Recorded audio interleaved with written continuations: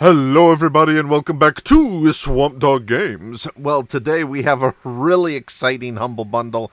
It's been a while since I was really excited for one of these, but we have the classic Swords and Sorcery TTRPG bundles. This is by far one of the best Humble Bundles I have seen outside of the middle of the OGL fiasco bundles they had from Paizo and the rest. This is if you buy the complete item, a full 55 items that are aimed at OSR, D&D 3.5, which also includes Pathfinder 1st Edition players. And it's as close to a perfect bundle, for me at least, as I think I've ever come across. Having recently watched Notepad Add-on's little documentary on the issues with new TSR, I've actually been interested for the last couple weeks in getting my hands on Gangbusters, which is a product that was originally released under TSR.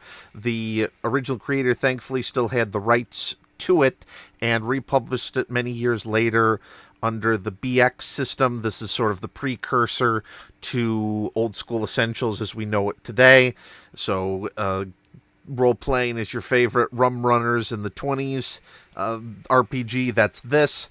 So I was really excited to get a hands on a book that I was already searching for. It also has a lot of Swords and Sorcery RPG books in here.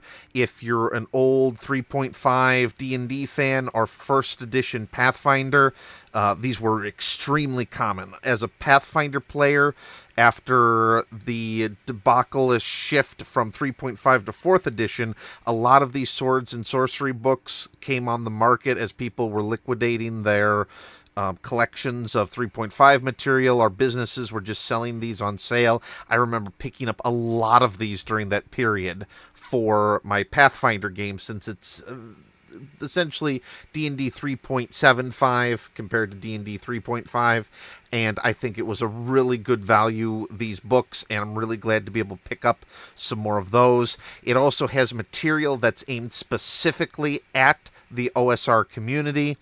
A couple of these we've already reviewed in a previous bundle, like Heresy of Rot and the Fungus Gods. It also has an entire bestiary aimed entirely at the OSR community, doing those very Labyrinth, I think it's not Labyrinth Lord, it's aimed at Frog God Games' OSR product, but still usable for anyone who's playing the OGL compatible D&D engine games out there that are OSR aimed. And it also has the option of a physical book if you so choose. So a lot of great products that excite me, and as a Marine, this goes to support the Navy and Marine Corps Relief Society with this purchase. So again, somewhat biased towards my opinion on the Navy and Marine Corps Relief Society. I believe they're a very good charity, and as a Marine, I was the barracks dungeon master. These guys came up all the time with something that was highly promoted. You always heard good things about them from active duty Marines back in the day, at least when I was in. Glad to be able to do that, which makes this like one of the best bundles out there. Mwah.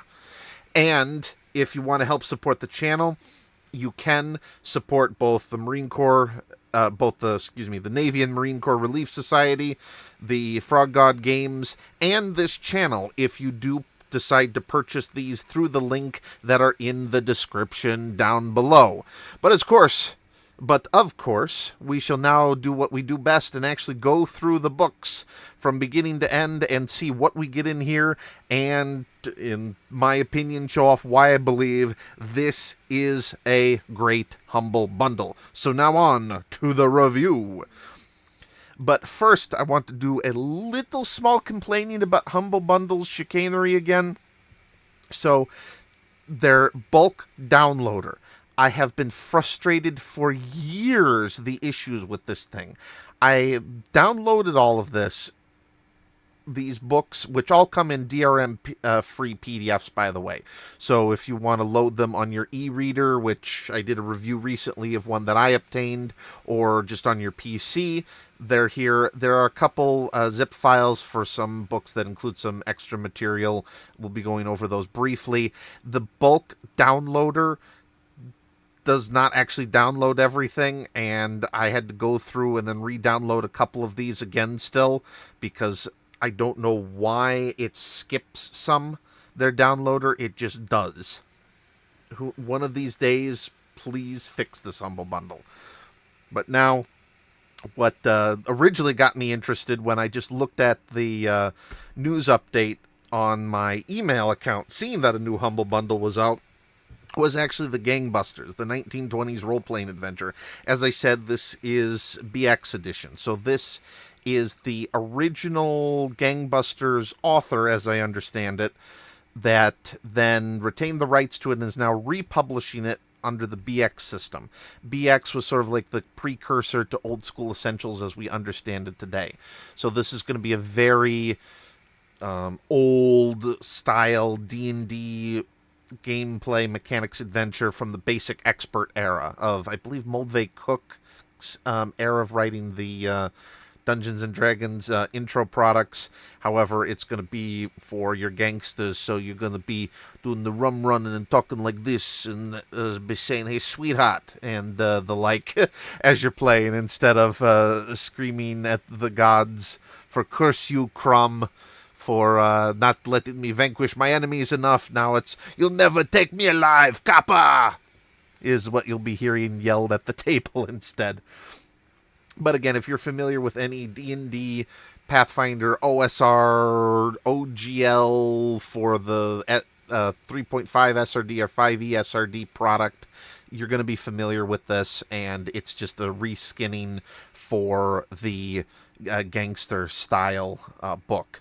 Though I got quite the nostalgia kickback with this. I have somewhere here like my first D&D book, and I remember this character sheet on the back of it for that game, and you get the same experience here with the Gangbusters DX, which we'll be covering later in their tier level. We're starting at tier 1 for $1.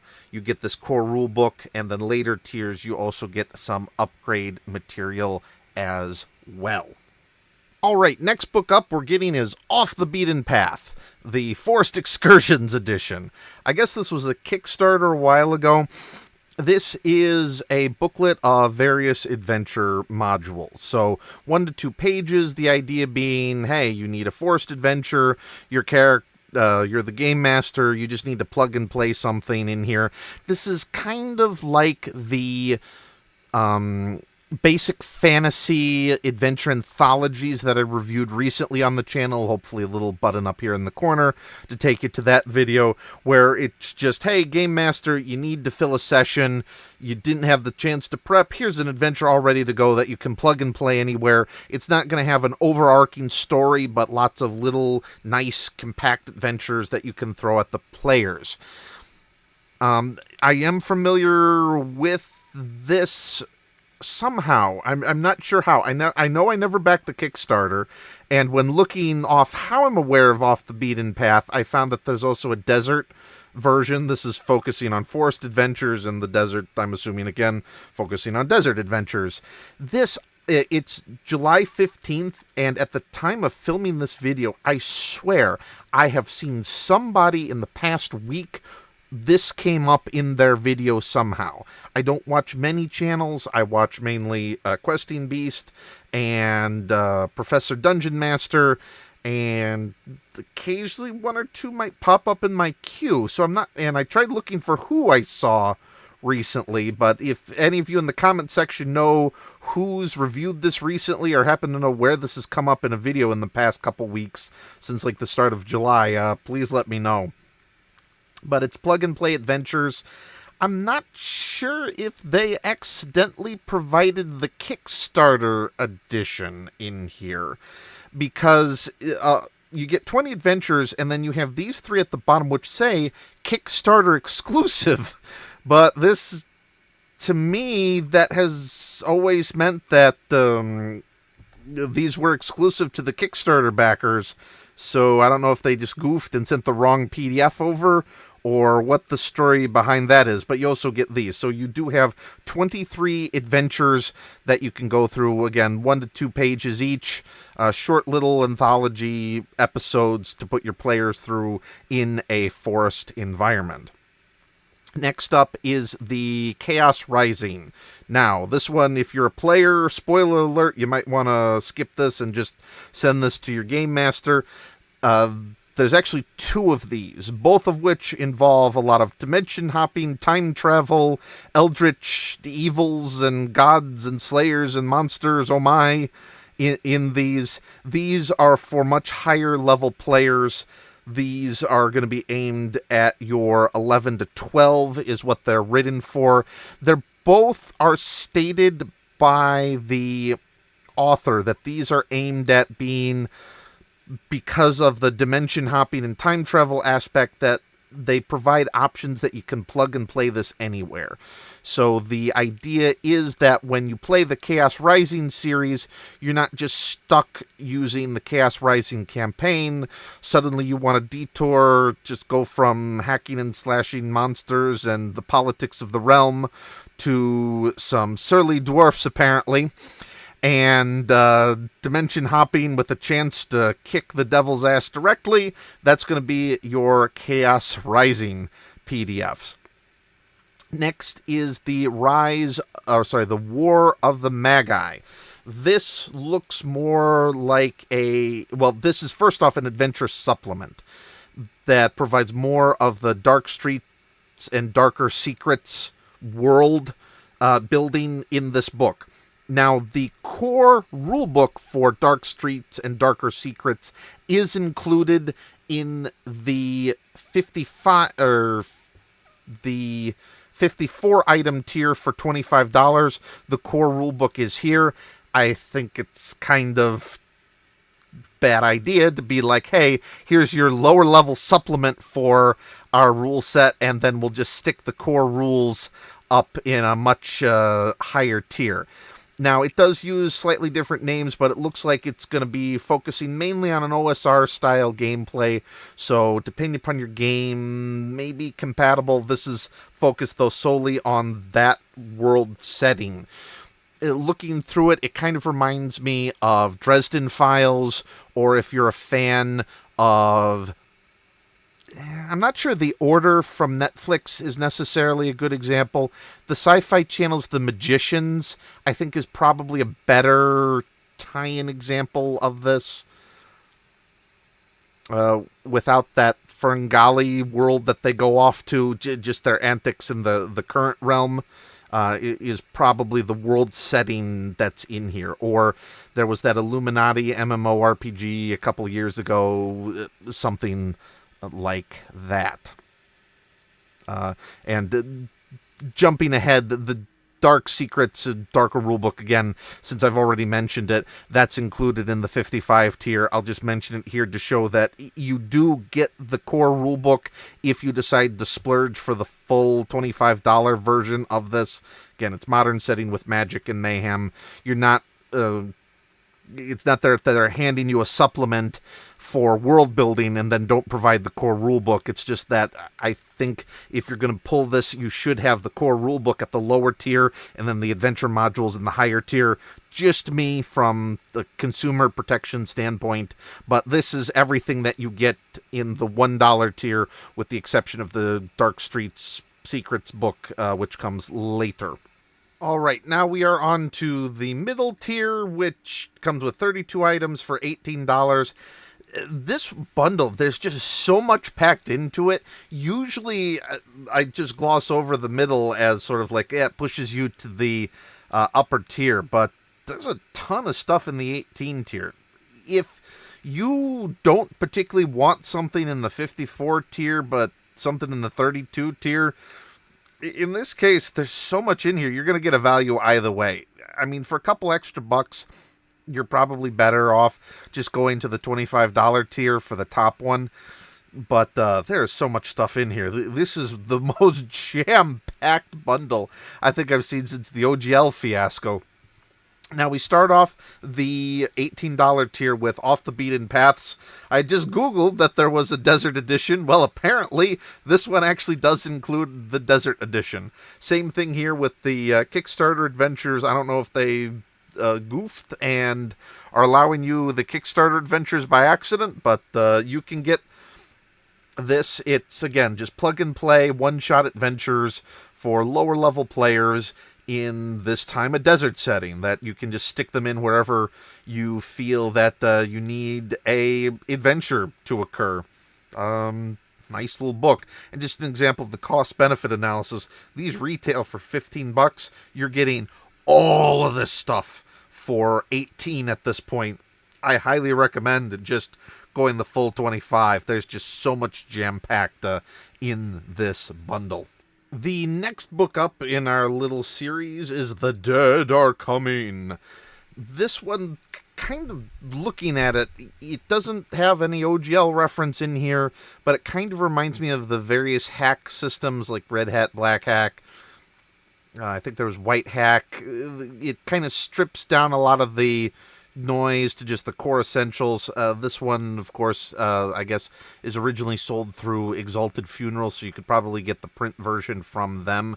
This is your zombie apocalypse thing, whether it's The Walking Dead or whatever other zombie movie you want to play through. Gameplay experience here that you can drive your characters through. The next one, and the nostalgia immediately comes back. These old sword and sorcery books. I love them so much. These, as a reminder, though, were all designed for D&D 3.5.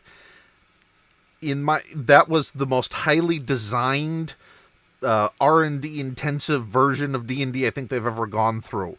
It was great. I mean, when they did that bad jump into 4th edition, Pathfinder took over the mantle with the 3.75 version of this.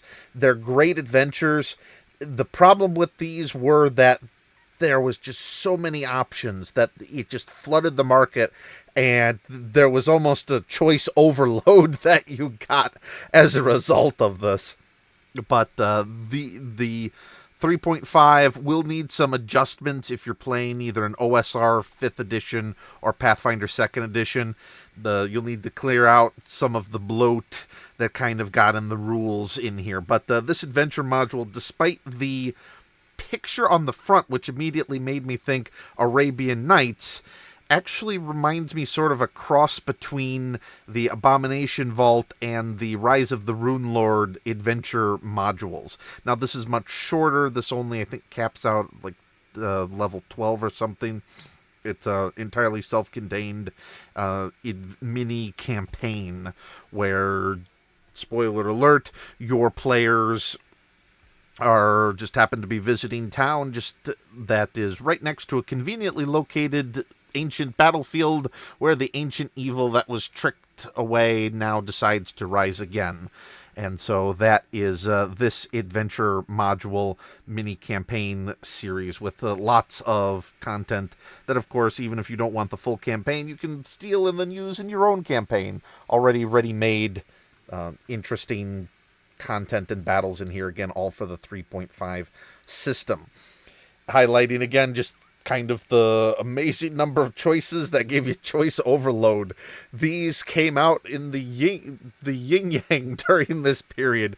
This is Eldritch Sorcery. This is just entirely dedicated to just giving an absurd amount of spell options to your players.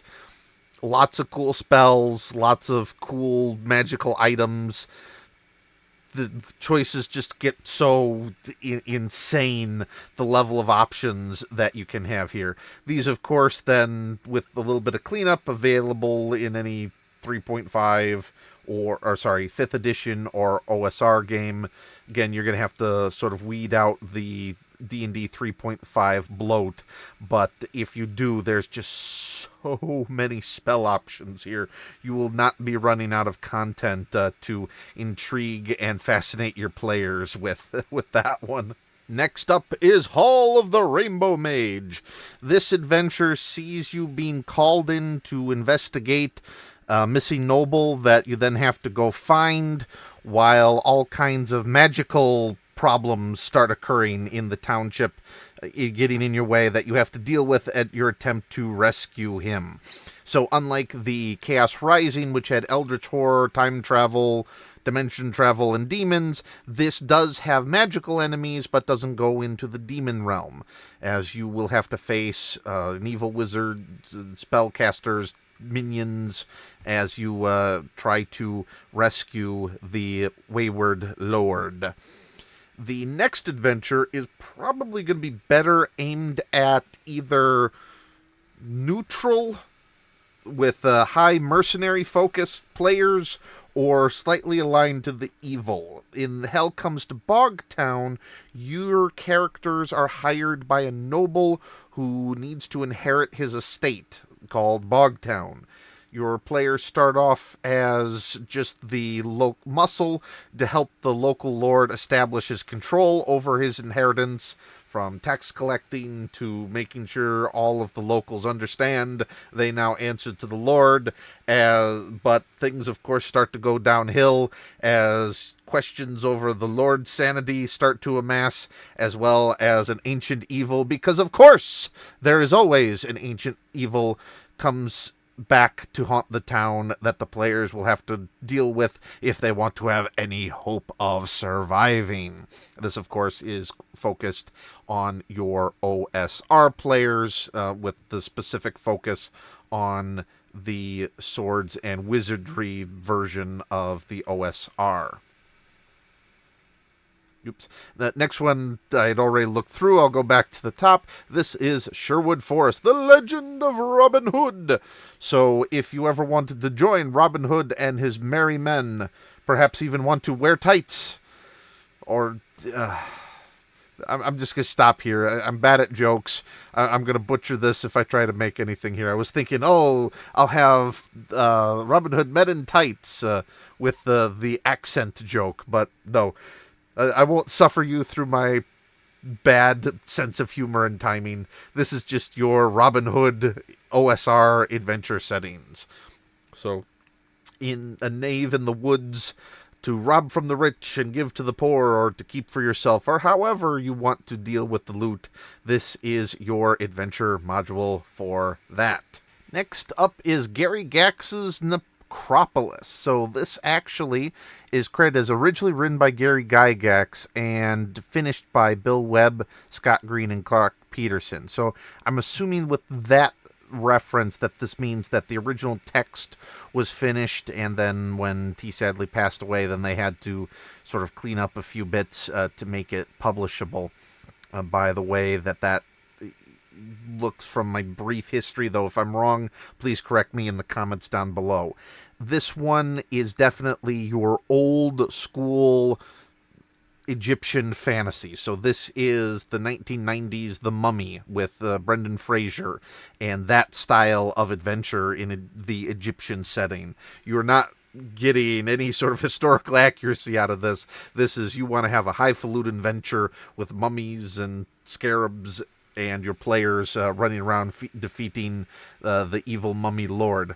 Now, this is the first time in this bundle that I've come across that. It is so obviously a scanned image. This, there's some older ones in here that look much better. This reminds me of an early problem with Drive-Thru RPG, the way that they had to scan old material in here that really drove me away from the platform for a while.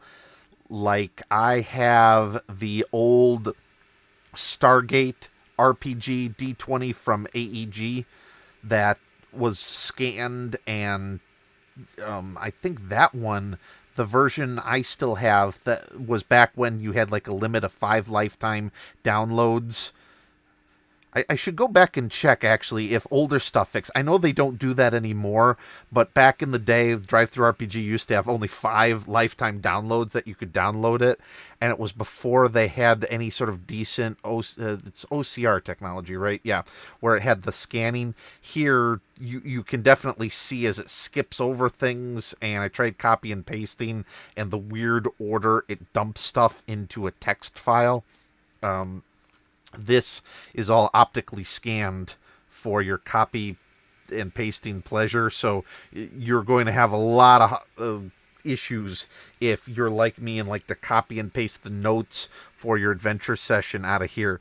This is just so old an RPG scan, and unfortunately I doubt you're going to be able to get anything higher quality than this, just because of this was an era that they're just not going to be able to they didn't have access to the raw file the same way they do now, sadly.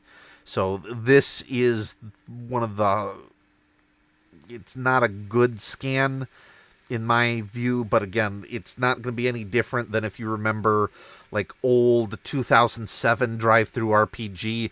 Everything looked like this. This is just, and they're probably not going to upgrade this either, sadly. But this is about as best as you're going to get with OCR technology and the level of scan that you do. So take it for what it's worth. This one might have some problems.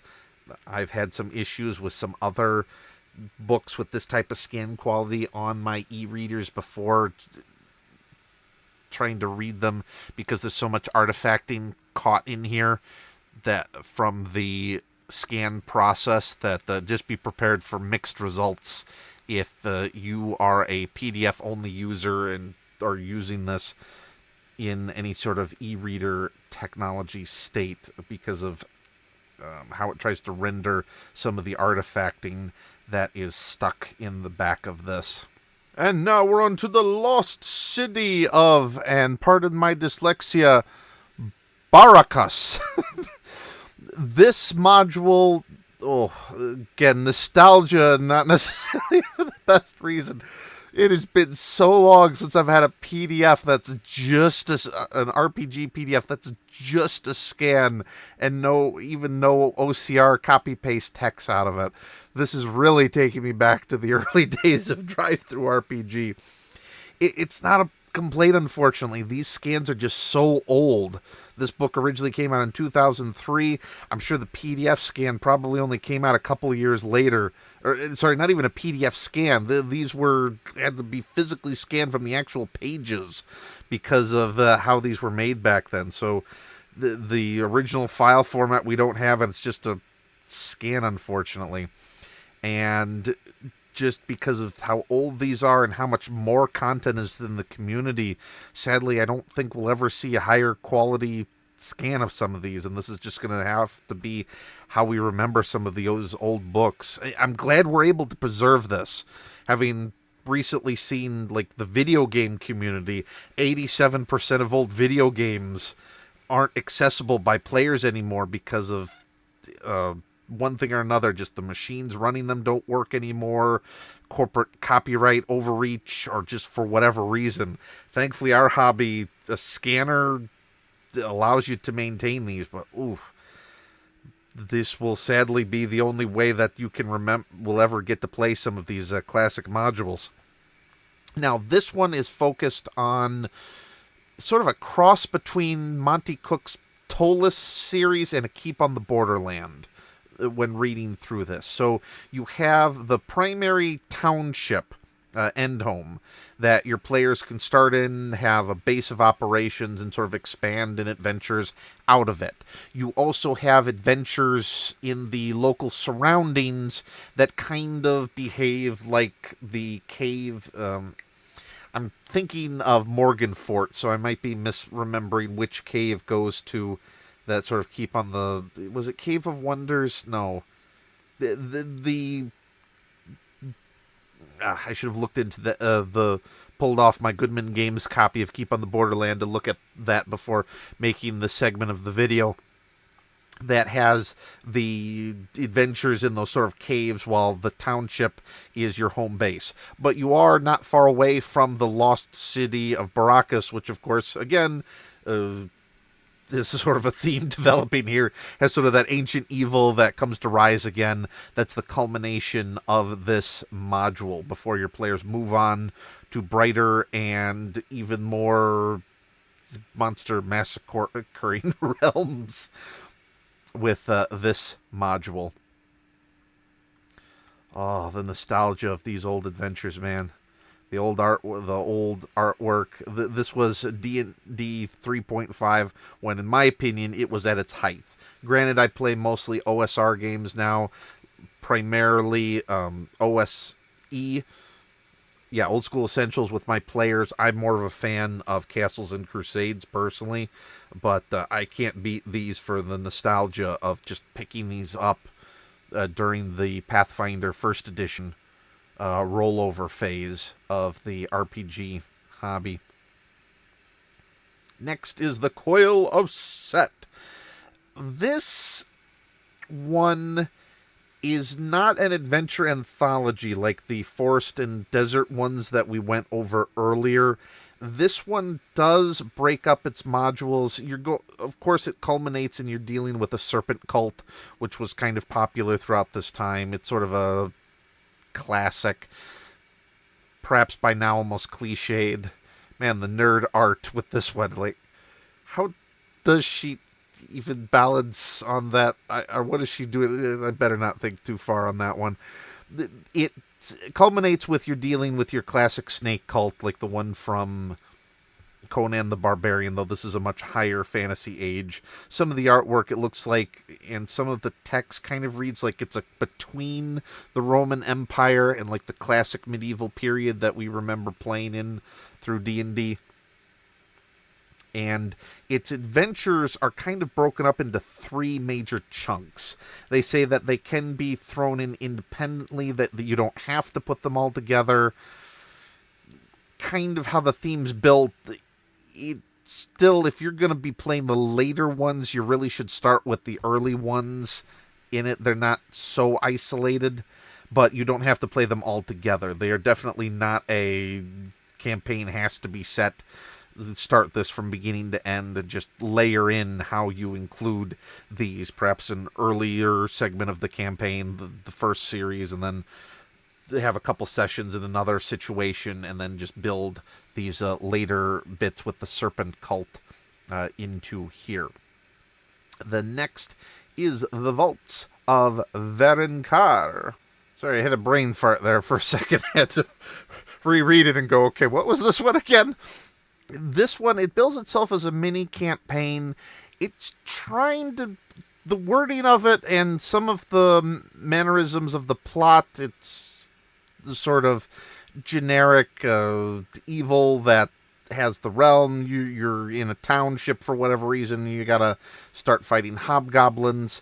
It's trying to bill itself as sort of a sandbox adventure, giving you a base of operations in this valley that you can do, but in 113 pages, I don't think it really works as a sandbox so much as the adventure. It's trying to write this in a non-linear manner, I guess, but I think it really should be played in the linear manner. There is sort of an overarching theme that really needs to build A to B to C in here, but that's just me in this module. I think somewhere in here I was going to be making a joke about a succubus now and be like, oh, the gamer days when it was just the old 45-year-old nerds huddling around a table that, of course, none of us had any girlfriends, so the artwork was definitely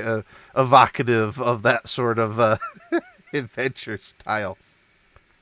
Now, these 2 are the Tome of Horrors. I'm pretty sure I also have the physical version of these. These are also the first time I think I remember Monty Cook's name coming up.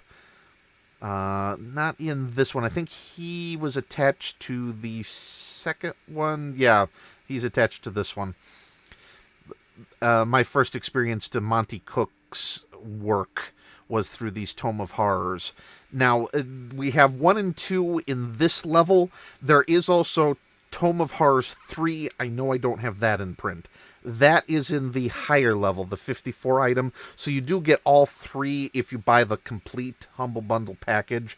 But these are going to be going into back in sort of your Eldritch category. These are lots of unique designed monsters to throw into your campaign.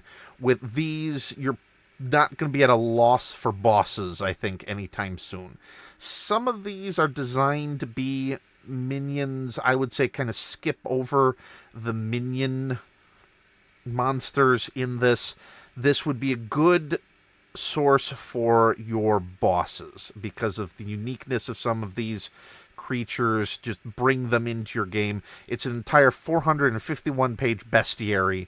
Some very bizarre creatures that would work out as great bosses in any campaign.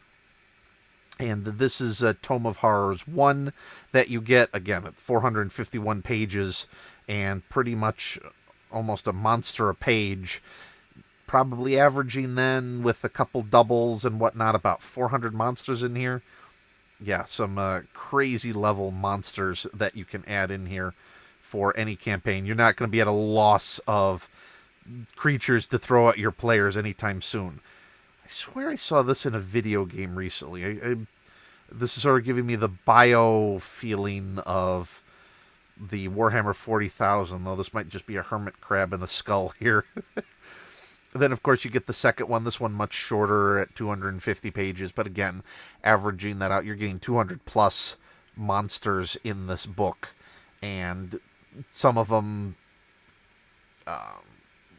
would work really good as end-of-dungeon bosses or unique monsters for your players to be the culmination of a fight, just because of how out of there some of these creatures are.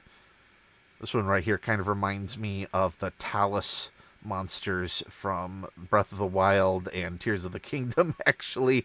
That one right there. All right, and now, A Family Affair.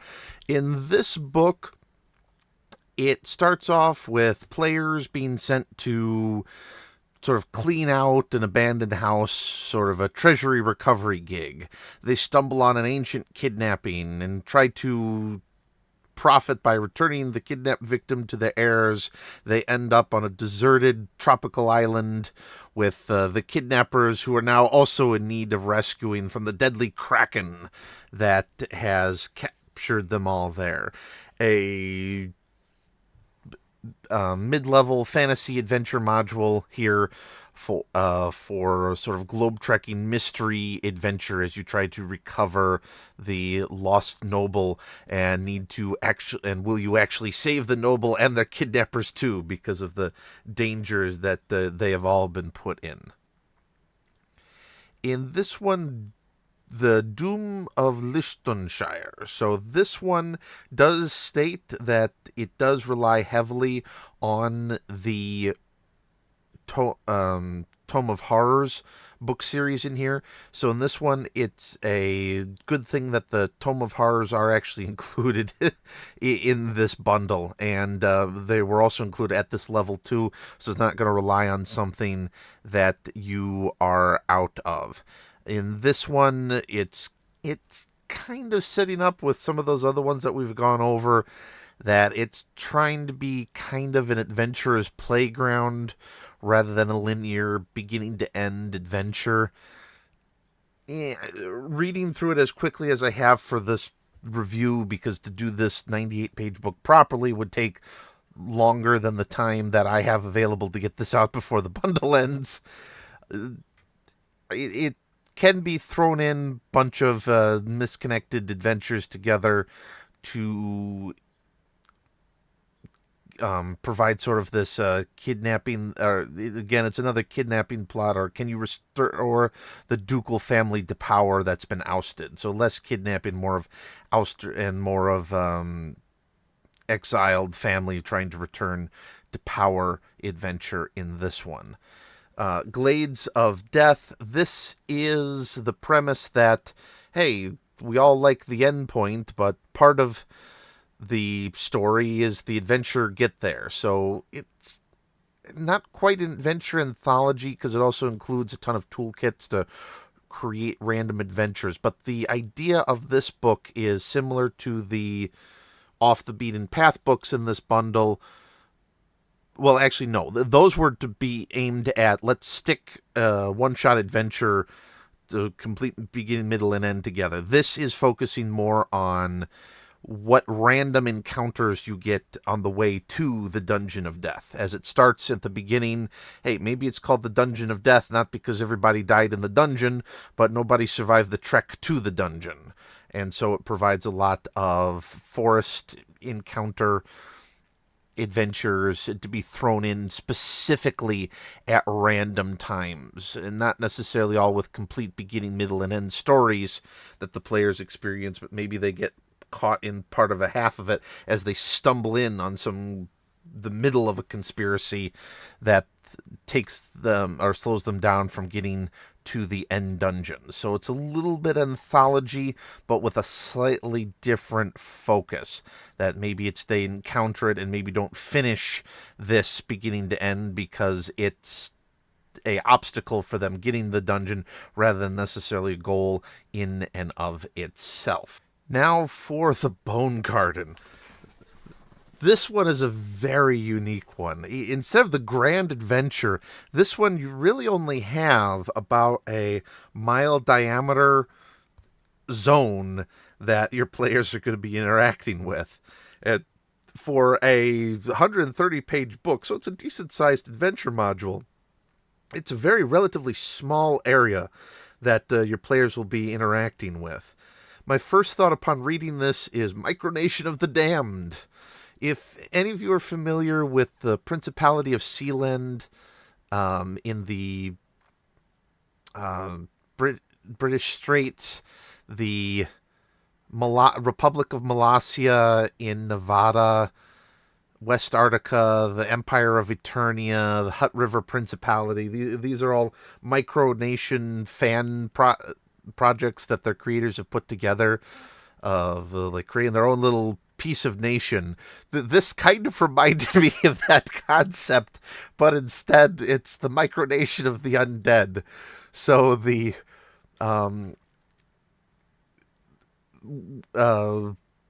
gist is that, hey, we put all of our riffraff and all of the scum and villainy, all of the murderers, all of the brigands and pirates, we all just kill them, throw them in the graveyard, and then sort of a mass grave scenario here. Then we realize, hey, we live in a magic world. All of these tortured souls that are probably very pissed at us could decide to come back to life one day. So let's make sure that they can't and put up some really intensive magical barriers to make sure that they can't ever leave the cemetery we just dumped their corpses into. And they do. But unfortunately, it also prevents their souls from going to the afterlife. So now you have just a micronation of the undead in a 1 mile radius zone in the middle of your kingdom here. So as a adventure module goes, this is one of the few that can be just so easily just stuck anywhere because it doesn't require any cities to be built up or any reference to like seas that it has to be connected to, maybe renaming. No, you just stick a graveyard in the middle of nowhere, and geographically it's such a small area that you're going to be adventuring as you're dealing with this necropolis situation. A very interesting that it's a big adventure, but such a small geographical size that I've never thought about just sticking something here. As a game master, I'm used to thinking of the grandiose scale, where it will take you days to trek across the zone. This is 130 pages all stuck in a 1 mile radius area. Now, there's some verticality to that. As it is a necropolis, there is some things underground that you can go into. It's not just flat terrain, but it really creates an interesting idea to allow you, the game master, to think about densely packed small areas, the amount of adventures you can have in here. This one is highly intriguing to me, and I'm going to want to read this one through all the way with how much this one interested me. The Diamond Fortress now is where we get sort of our B-movie enthusiast adventure modules. This is sort of your classic, the characters just want to relax in a small town, away from it all, kick back, and we don't want to be dealing with no monsters, just have a relaxing time away from it all. But of course, the ancient evil wizard decides to show up, spoiling their plans, and they have to deal with him in the Diamond Fortress. Yeah, this would be a perfect like B-movie plot for a old '80s film or like an anthology TV show. I'm trying to think which show would be best suited for it, but an interesting one nonetheless. Then we get Trouble at how do you something that my dyslexia can actually read. Okay, Trouble at Durbanford. Alrighty, so the last one was a shortened, like, your B-movie facing off the evil wizard as your players wanted to rest. This one is a little bit more, your players kind of wanted to rest in the town, but the ancient devil and his succubus minion decided to show up to ruin their plans. So, though this one's slightly longer, this one, the first one would be like a B-movie. This one would be like a 10-episode miniseries. The length of it, the difference between the two, which you get the township, and then of course the succubus and her minions, and you got to defeat her before she summons her evil lord back to this realm. I think it was Orcus again. Orcus has been really popular in these books.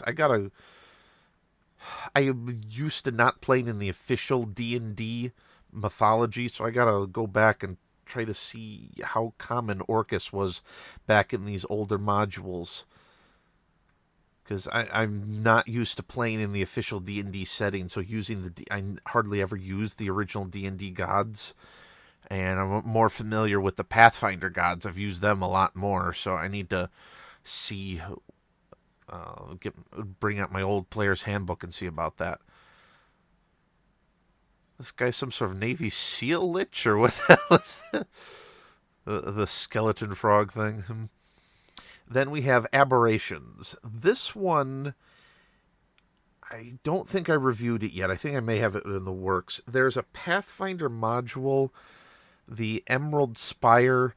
This is like a kind of Cliff Note version of it without...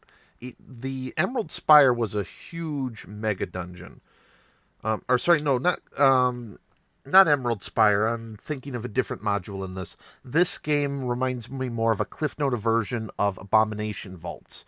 So this one doesn't have the sprawling mega dungeon that Abomination Vaults does. It doesn't have the adventure that's designed to take you from level 1 to... or I think Abomination Vaults was like 2 to 20...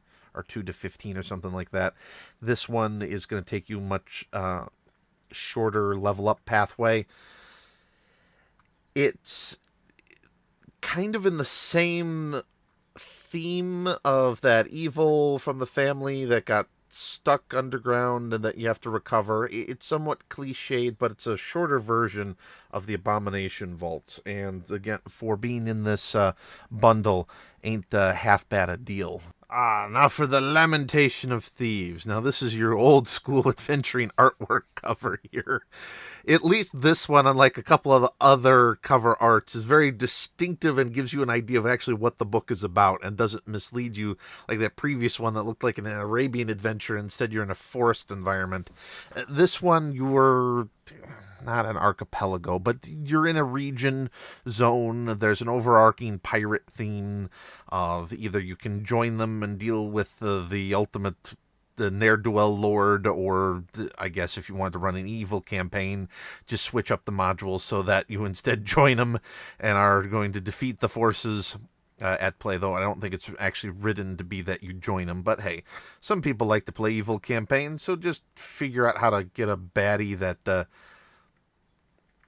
maybe then, or take that back, then you take over the pirate party as well and run that adventure. Because after all, you're the players, you're the gods of the realm. And I don't even know what that accent is, so I'll stop it there. But uh, again, ne'er-do-well adventure. My first thought with this, oh my god, the demon baby. But thankfully it doesn't look like a demon face, so I think we're good here. This one, Thane of the Witch King. I don't know how to accurately describe it. When reading through the module, the backstory of this, all I could think of is this is the demon equivalent of that Wagner coup in Russia recently. And since then, that's all I can think about from the backstory, and has completely warped my interpretation of this. The fate of the Witch King. You're sort of cleaning up the after party from the demon equivalent of a Wagner coup. So take that for what you will. And if that's a useful explanation to you, then God love you that you were able to figure out something useful for that, because that's all I could think of when reading this. And it's just stuck in my mind, that opinion of this, even though there's probably a lot more to this module than that. I'm just thinking of the backstory that leads into it. But that, man, the demon equivalent of the Wagner coup. I now got to write that module. That's a perfect module to write, man. Next is Gangbuster cards. These are... So in the $1 tier, we had Gangbusters, the core rulebook. This is some NPC cards. I wish if you were going to do this, that... I don't like card modules like this. Yes, I know you can print them off, stick them in the sleeves. But if you're going to be doing this, give me a little bit more. Didn't look it up before going through here, because these are just NPC cards. I'm assuming these are all real people that were gangsters through this time period, that were famous, and that they're turning into NPCs for your Gangbusters adventure. But if you're going to do that, provide a little booklet with the history of it. When you're just doing if you're just selling the cards, I'm fine with that. But as a PDF, I'm like, it's wasted, because I can just copy and paste this into a much more printer friendly, especially ink-wise format, and it just doesn't make any sense to me, these NPC cards. So far, my only real complaint, why bother? But that's a lot better than that last RPG bundle I did, where you only had like 3 books that were any decent out of the whole thing. This bundle, my only complaint so far is that, we stuck one of these dumb card packs in here, as we're 75-80% way through the bundle. Yeah, that's the least of my concerns at that point. Now, this is your Book of Taverns. This adds Tavern Magic, Tavern Location, Tavern God. Tavern Magic, Tavern Locations, Tavern Menus, Tavern Wenches, Tavern Gods. Tavern, anything that you could think about adding to your campaign is in here. And gives you a lot of plug-and-play taverns that you can just stick where you will in your adventuring setup. No need to have to create a whole thing from scratch. Very nicely done. I especially love the death and taxes, just because as a financial consultant, this is...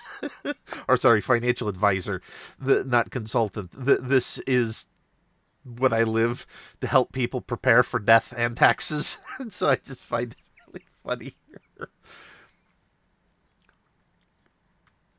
But a really good book, really good options. I wish there was like a link to a third-party art site that you could like print off these from. This OSR is or OCR is somewhat decent, but it does have a few hiccups here and there. And trying to like print these, you're not going to be able to port any of this into VTT. The way this blows up will just get so washed out, because of how you have to copy and paste this, relatively speaking, low-res scanned image. But hey, that's the breaks for such an old classic module as this. These next two, we get into sort of investigative adventures. Though of minor note, by far, this one, the Siege of Durgam's Folly is probably the worst single scan I've come across in here. Again, there's nothing you can really do. It's just how old these are, and there's not much of an incentive to update these old scans. But these are DRM free at least, so they do work in here, but there's no OCR. This one is bad enough that you can actually see text from the page on the flip side bleeding through it from these scans. So just be aware that this is a very low quality scan. This is kind of also the stuck this stuff out of order, and I'm not sure why this supplement was here. If they had to add this later, it's a very bizarre scan. This is kind of a reverse of the classic Keep on the Borderlands game. So if you've played the original Keep on the Borderlands, Morgan's Fort from Basic Fantasy, I promote that one a lot. It's the idea of your players have the fort. They go to, this is their base of operations as they venture forth into their initial adventures into the local wilderness. This is that fort in the wilderness, but it has stopped sending status reports back to higher command and the king and the nobles, and so they send you, the players, to go investigate what happened to the fort. So it's that fort in the Borderlands after it's been taken over by someone, and you have to go investigate / recover the fort to regain control of the area. This one is your classic conspiracy investigation. So your players are sent to a township. There's been some sort of obviously not good influences over it, and then as you start to unravel and dig through this not quite cult, but group of evildoers that are all controlled by the henchman behind the scenes, as you start unraveling his fiendish plot and then have to go face him in his stronghold at the end of the campaign module. He's a sort of wizard alchemist dude that sort of like your rich supervillain type guy with magical capacity through his sale of his soul to nefarious powers. Which, speaking of sale to your soul through nefarious powers, that's also what the Evil Lurks is. So this one, you're cleaning up the after effects of a guy, sort of tropey, family cursed, 300 years past, the current guy is cursed. He's like, the hell with life, I'm going to be a villain and strike out on my own. Finds love. Love ends up stabbing him in the chest. And so he redoubles his desire towards evil now, and you and the players are having to sent in to try to unravel the mess that this guy has created. So it's sort of a Darth Vader-ish character where at first he seems like truly evil, but then you realize the humanity that led him to this role that makes you wonder, had this happened to me, would I have acted just the same way? And so a very humanized supervillain for this last one in the $18 tier of this Humble Bundle. All right, and now we are on technically the second to last tier. This is the $25 tier, but the only difference between this and the $65 tier is the $65 tier includes a book that a physical actual book that you purchase with it, but the PDF is in here. So I'm just going to focus in on calling this the last tier because that's really what most people are going to be buying, though the book looks interesting, but I'll get to that in a minute. We'll start off going back to Gangbusters. This is, again, if now after this hour-long presentation that you forgot that this whole thing started because I was interested in Gangbusters at the beginning of it, well, we're now here. So this is Gangbusters, the case files from the Blue Book Detective Agency. So this is a series of modules of which you get 3 of quite drastically varying quality and also not in order. This one being the start, since you're in the 1920s and not high fantasy medieval time period, you don't have your keep on the borderland scenario. You have Joe's Diner. This is your starting place adventure where the players can call home to get them going out in town, performing investigations as it goes, all the way from helping the local speakeasy to investigating some paranormal activities in the graveyard. Opportunity in this first book, if you're not familiar with a speakeasy, that's back during Prohibition, how you used to have to go to the bar, you used to have to know someone who knew someone that could give you the password to get into there to be served alcohol. That was a speakeasy. Believe it or not, they still exist. Of course, now with Prohibition not being around, they still go through proper liquor licensing authorization, and so they're not illegal entities. But they've moved from back then being illegal to now exclusive social club organizations. So they're a bar that are in unassuming places that you have to know someone who knows someone to get in there. And they're designed to be very exclusive clientele, very exclusive social gathering places. But I was surprised to find out that recently through watching the Modern Rogue channel that speakeasies are actually still a thing, just in a new legal format. And you're going to continue on with that with these. This is the next module in that series. Again, continuing with local gangsters to slight paranormal activities. This one is just a one-shot haunted house type thing, and it's really short, and to me feels more like fan material than a professional booklet. So this is what you get. Then this is the oddball one in this series of books. So Savage Worlds, this is the pulp fantastic. So this is, again, for Savage Worlds, to the little bit about, speaking of the pulp genre, the 1920s through about maybe 50s, if you're really pushing it, when you can sort of stick your pulp fiction, high adventure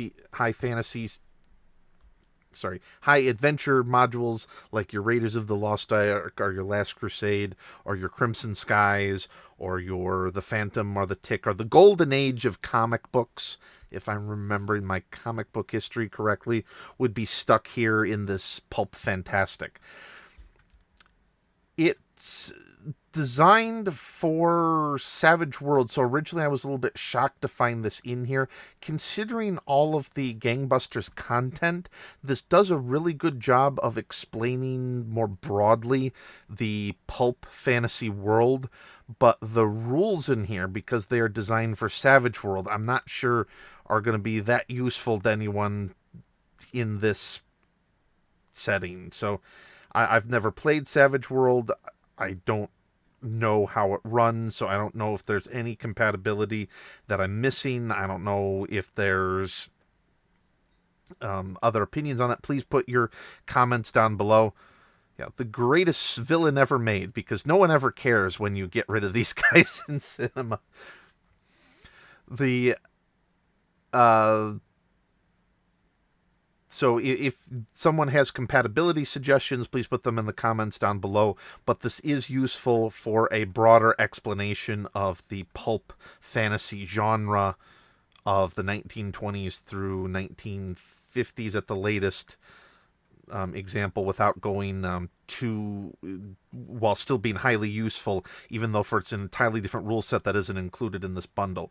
If you would also like an example of 1920 like pulp fantasy, I highly recommend season 1 of Danger 5, a really funny Australian TV show that is magnifique in its parody of the pulp fiction that was common throughout like the 60s and 70s on TV. And then season 2 is a parody of 80s and 90s movie and television. It's a great show. Unfortunately, because of its theme, only lasted the 2 seasons. But especially if you want to know if you want to get into it, look up the season 2 trailer for Danger 5. And that's going to be the crazy type of gonzo adventures I really like to play. And a good example of what you can do with pulp and high fantasy adventures in a comedic context. Now, earlier we'd shown they had Dark Streets and Darker Secrets, a module here. This is actually the core rulebook for it. I wish they had put this earlier in the Humble Bundle and the adventure later. I think it's kind of scummy to say, hey, I'm doubt they had any say in this, so I'm not accusing them. I'm just saying whoever put this bundle together, hey, put the rule books first and then the adventure modules later. I know that you're doing it to try to push up people to buy in the higher tiers, but it kind of sucks when you do it that way. This is, again, your sort of Dresden Files, the Magicians. Yeah, definitely the Magicians minus Ferngully. I know it's not Ferngully, but I'm making fun of whatever that alternate world's name is. A little bit of the Order type thing. Modern Call of Cthulhu, for example, instead of like 1920s pulp fiction Call of Cthulhu adventure, sort of that dark noir modern magic setting rulebook with this. Then we also get a cyberpunk rulebook. So we've got zombies, we've got modern magic, we've got fantasy magic, we got a whole bunch of modules in here. This one again is I think distributed through Exalted Funeral, yeah, and feels like it's an offshoot of one of those hack variants, like either red hack or white hack, I think. I'm running off of memory here, so if I'm incorrect in my analogy, please put in the comments down below. But this is your cyberpunk future setting adventure here. Then we have the mother of all encounter tables. This is just random tables upon random tables upon random tables. If you're doing a hex crawl or some sort of exploratory adventure, these things come in handy. I like to actually take time as a game master to properly script out like encounter triggers and whatnot in my adventures, and this is likely what you'll encounter here. This is what you'll likely encounter here. These tables are just so long. It's going to be easy to get lost in here quickly, but there is content in here that is decent for random generation if you are that type that likes to be surprised yourself what you give to your players. There's just tables upon tables upon tables to serve all your needs with that. Actually, let me jump ahead to Heresy of Rot, because this one I remember more than the fungus one. This one I actually reviewed previously. My memory of this one is that it was essentially like demonic COVID. That was this adventure, and you do get this Heresy of Rot now a second time in here, but again with all of the values of this bundle and what you're getting into it. It's not like if you already bought this, I'd say, no, don't buy this again because you get 2 repeats. There's so much content in here of value. This is just a minor repeat, and now you've got 2 copies. Yippee! Fungus God from Outer Space. This is, again, sort of fungus demons that come down that you gotta save the local populace from. This one, again, I've reviewed previously. If I can find the space again quickly by the time this is uploaded, there'll be a little link in the corner here showing you the previous review, and I'll see if I can timestamp it to when I reviewed this one. But again, don't think, oh, I already bought this one. No, just get this bundle at the at the $25 tier. It's such a great bundle. There's just so much content in here. And we've already done several other of the off the beaten path modules. We've done the forest in the $1 tier. We've done the desert in the $18 tier, and now we are off the beaten path city excursions in the $25 tier. Again, these are your anthology one-shot adventures that you go on in a more city-themed environment, varying levels for your players. And I now have to go back. I'd love to know how they screenshotted this to save this for the PDF. The fact that it still retains Windows warning, the spelling warning on here. I'm sorry. I don't remember that in the past ones. I'm like, wow, this is an interesting error to leave in to your book. It still has the Windows mark letting you know that there's a spell check error here. That wizardry hyper subscript TM is that a real word? I'm sorry, that's just an odd happenstance to get. And of course, you get the Kickstarter adventures in here. Okay, so we got that. And for the third Tome of Horrors book in here from, of course, Necromancer Games, just smorgasbord of all kinds of horrors and abominations and unique monsters. Again, plenty to use from that. With these three modules, you will not run out of, oh my god, it's the demon baby. This time it's got a monkey face. I hate those damn... Why is it all the demons have to be bugs? Someone who hates bugs. Why bugs?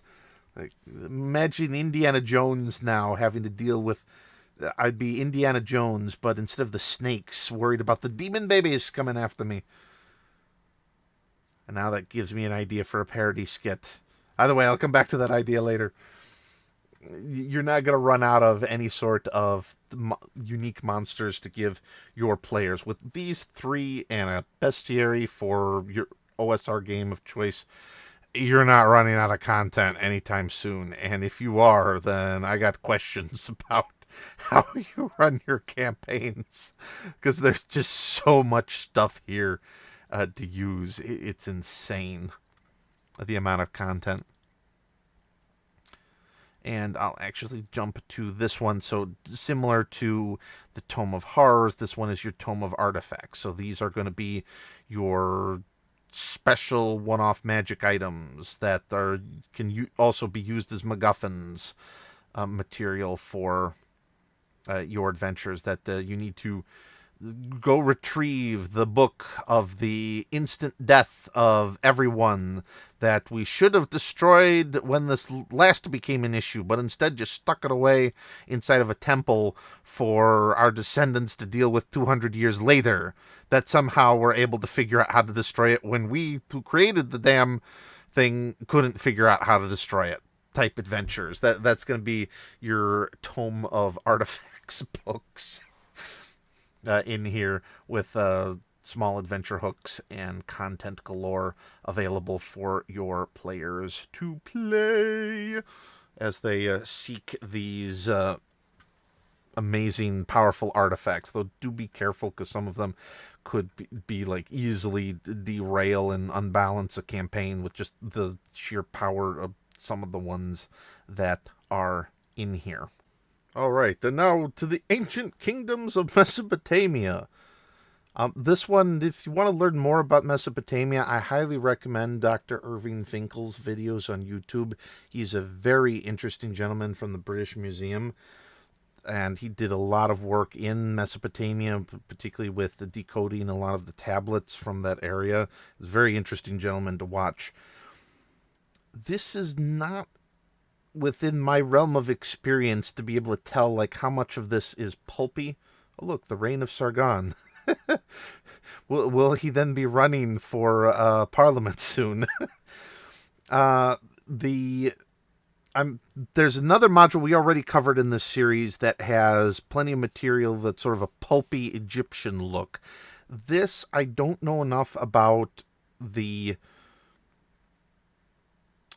Mesopotamian lore and theology. I know the Epic of Gilgamesh and a few basic things from humanities about it, but not anywhere enough to be able to tell how much of this is pulp fiction versus based off of concepts of actual Mesopotamian lore in here. So this one I am not a particularly good judge of, but it's interesting. I don't necessarily think of Mesopotamia in RPGs.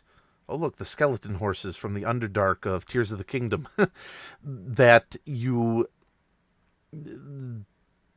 that people often play in. I'm more familiar with like the Egyptian setting or Greek or Roman. Mesopotamian is not one I've seen a lot of, so this is a very interesting module to have for your gamers, and perhaps open up a whole new venue of pulp fiction in the Mesopotamian setting. So an interesting one.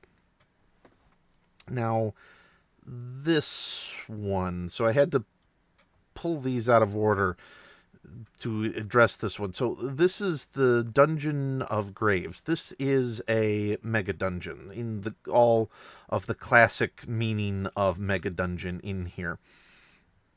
That the goal is that your players go into the dungeon. The deeper they go, the more challenging it gets. Essentially, they spend months and months and months in the dungeon and then only come up for air when they need to heal and sell off crap to get more specialized items to dive even further into the dungeon and to maybe eventually clear the whole thing. This is definitely a first edition Dungeons and Dragons concept going into mega dungeons of these sizes. This book, however, and the next one, I think there was I'm not sure if there was a slight oversight or what the story is. So this PDF is 390 pages. It's not actually sold when it came out in physical form as one. This has the book 1. This has book 2, which is going to be most of your bestiary. So the first one is all your dungeon delving needs. The second book is your bestiary, and the third book is your maps. So everything that you need to run this mega dungeon is included in this one PDF file here, the Rappenthach Reloaded. However, they included this one. It's just the maps of this mega dungeon in the separate file, even though, as far as I could tell, all of them are also included in this big book here. So this is all three: the dungeon, the bestiary, the maps, and then they include just the maps by themselves. So I think this was a slight oversight on whoever put this bundle together. They didn't realize that the maps were already included in that huge ass bundle here. So just something to look out for when you are playing this. I swear I've seen this piece of art, like a larger version of this recently somewhere. I've been getting a lot of like, I've seen this before somewhere, but where did I see it before vibes throughout this bundle. But also of minor note here, this one, you can see how old these are. Someone left in the metadata, like here, it's rare book 1 is what it's listed as the tab for the metadata for this PDF. Like, and it still leaves in the INDD, which is the Adobe's InDesign file extension. I find it a little bit interesting. Whoever put this together forgot to correct the metadata in here to scrub this and actually name it correctly, which I'll jump ahead then too. There's another big mother of all tables book here, this one aimed at treasure. To me, loot generation is going to be slightly better, especially with unique treasures that this provides, than the random monster generation, because I like to script those versus having random treasure tables where you surprise yourself and the player is, to me, a little bit better, especially if you provide unique treasures in here. So this is of more value to me. I always assumed all of this was always done in InDesign. This one, again, because how old it is, they left metadata from the PDF that it's got a QXD file extension, and I had to look that up. I've never seen QXD file extension before. Apparently, this is from Quark Express 5 or earlier. This is, I guess, what some design houses used instead of Adobe InDesign back in the day. There was Quark Express, so I don't know if they're still around or not. We'll see that. Is this an alternative to Adobe InDesign that we can use? Ooh, ooh, ooh. Wow, first in 1987. So this is going to be one of the really old publishing softwares. We might have discovered one of the original softwares used by the old RPG publishing houses. Apparently Quark is still out there and still sold as a WYSIWYG. This is Quark.com. How much does this run? Is this going to be cheaper than dealing with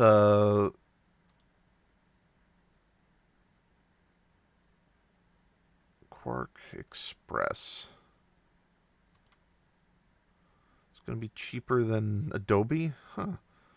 Never seen Quark Express before. I'm now interested.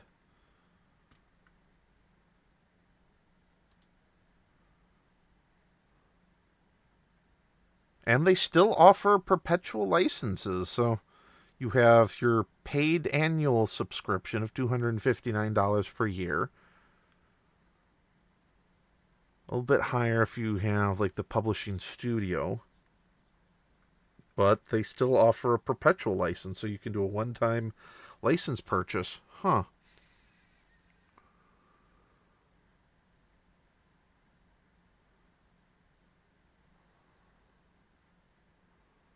Now, here's interesting, though. It's a perpetual license, but you still get a maintenance fee of $299 a year. Okay, maybe I'll be a little bit short of praising them in comparison to Adobe after I read their fine print.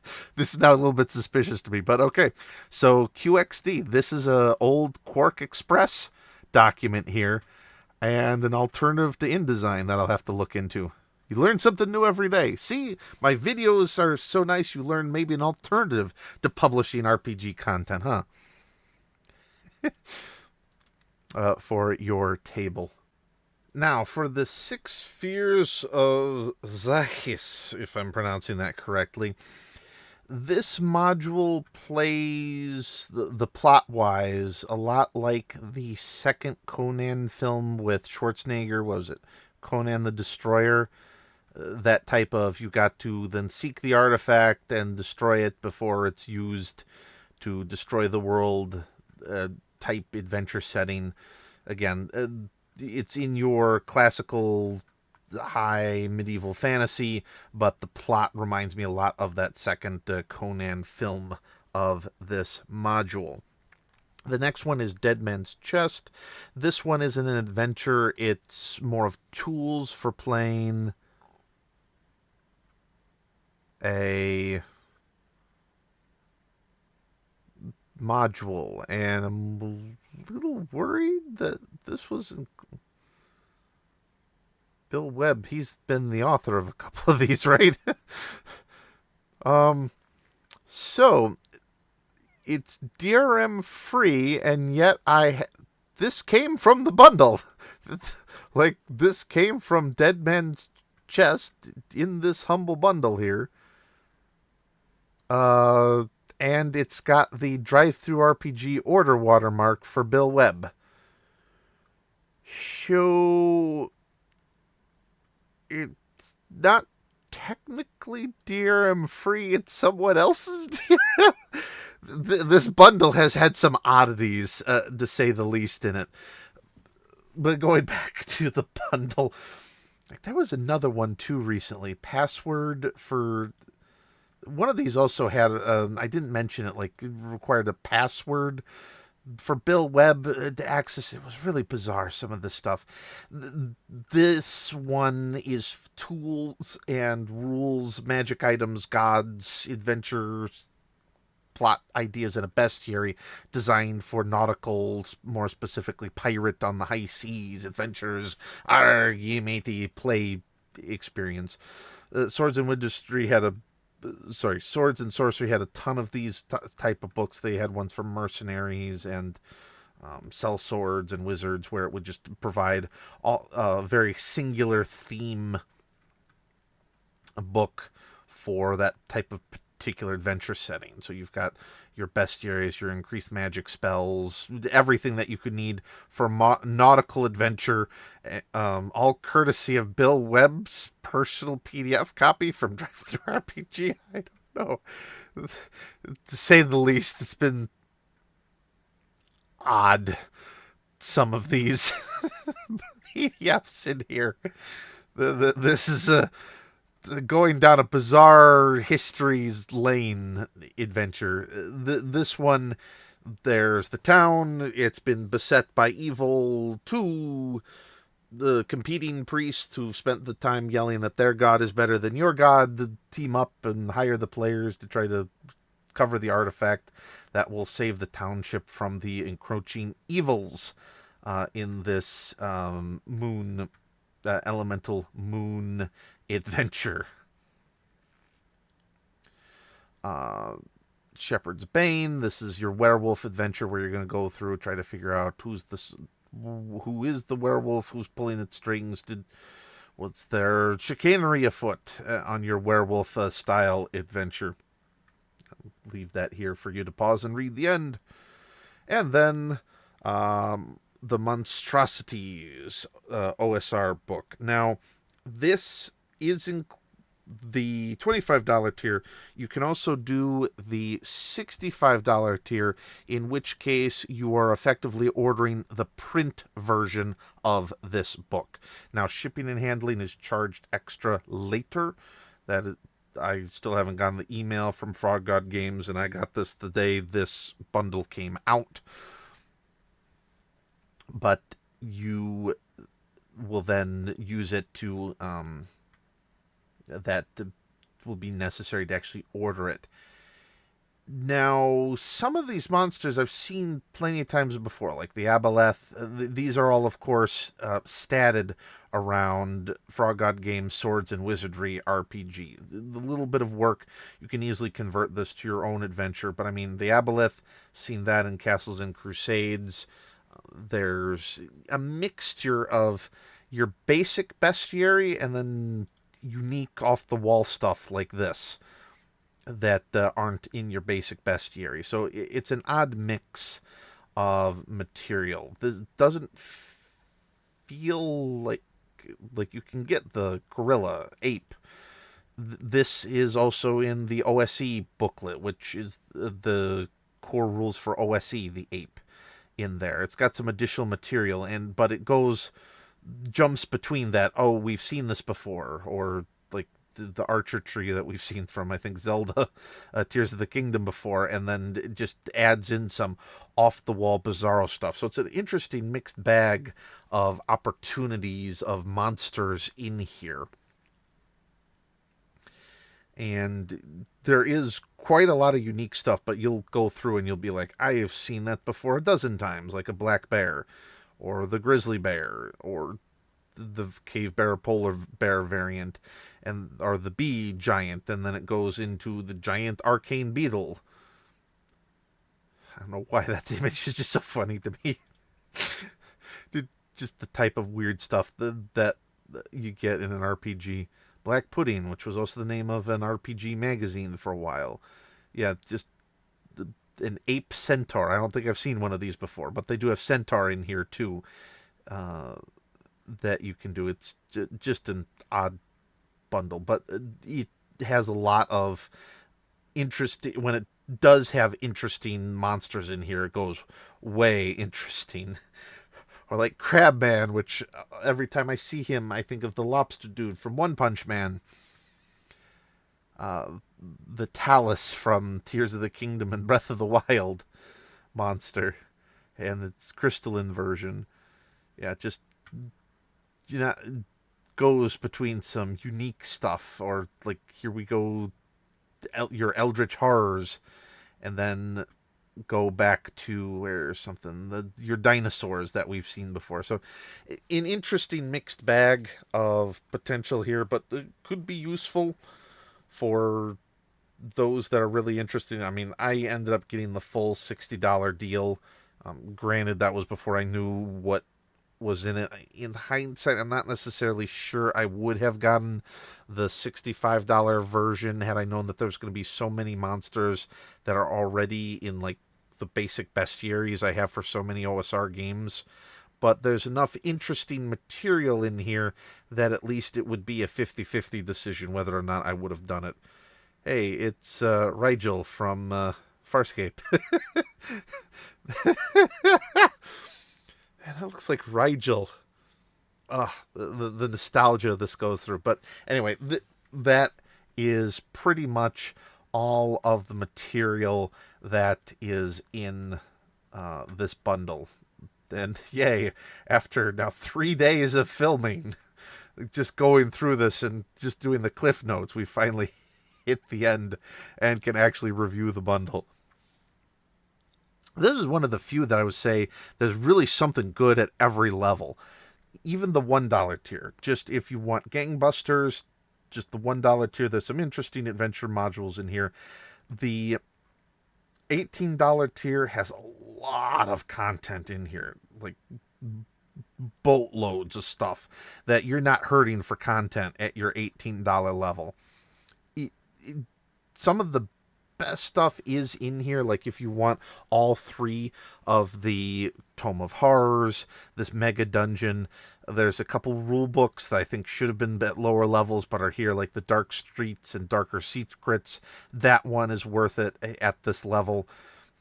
Just the sheer amount of stuff that you get here. This alone could solve an entire lifetime of RPG gameplay needs for a person. There's just so much content in here. So this one, at any level, you're good. I'm a little bit hesitant about recommending the full 65, though. The Monstrosities physical copy would be nice. I'm a very physical copy guy. I like my physical copies.